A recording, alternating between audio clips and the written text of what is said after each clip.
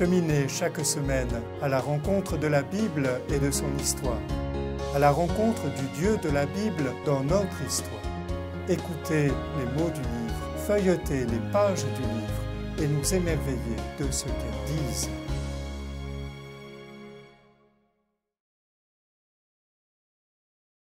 Au chapitre 9 du livre de la sagesse se trouve une longue prière.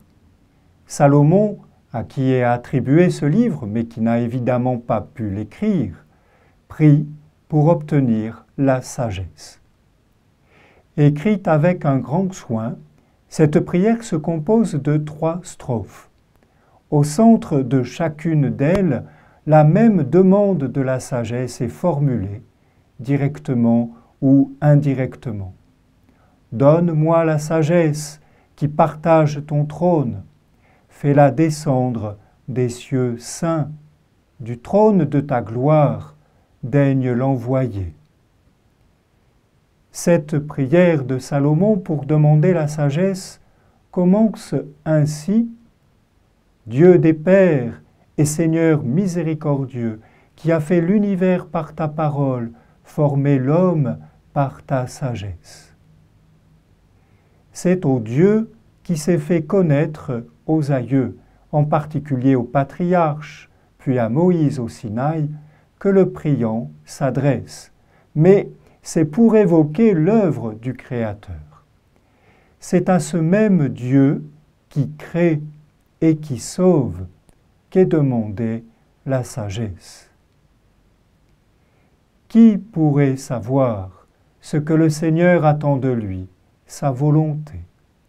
Nos pensées, en effet, sont fragiles et instables, tant notre condition charnelle alourdit notre intelligence, si bien que nous ne trouvons qu'avec peine ce que nous avons sous la main, a fortiori ce qui est dans les cieux, ou ce que veut nous donner le Seigneur, à moins que celui-ci n'accorde la sagesse.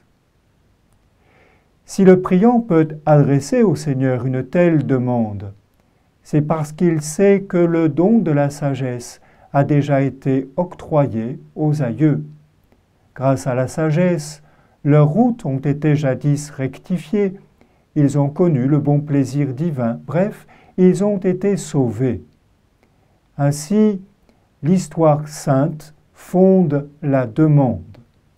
En accordant sa sagesse, le Seigneur permettra à celui qui la demande d'accomplir sa mission d'homme, mais aussi d'entrer dans ce grand courant du salut où les aïeux le précèdent.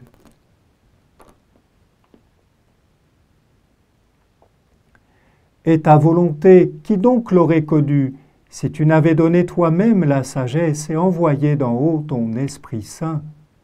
Ainsi furent rectifiés les sentiers de la terre.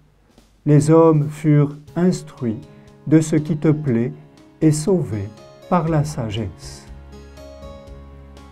Dans le livre de la sagesse, au chapitre 9.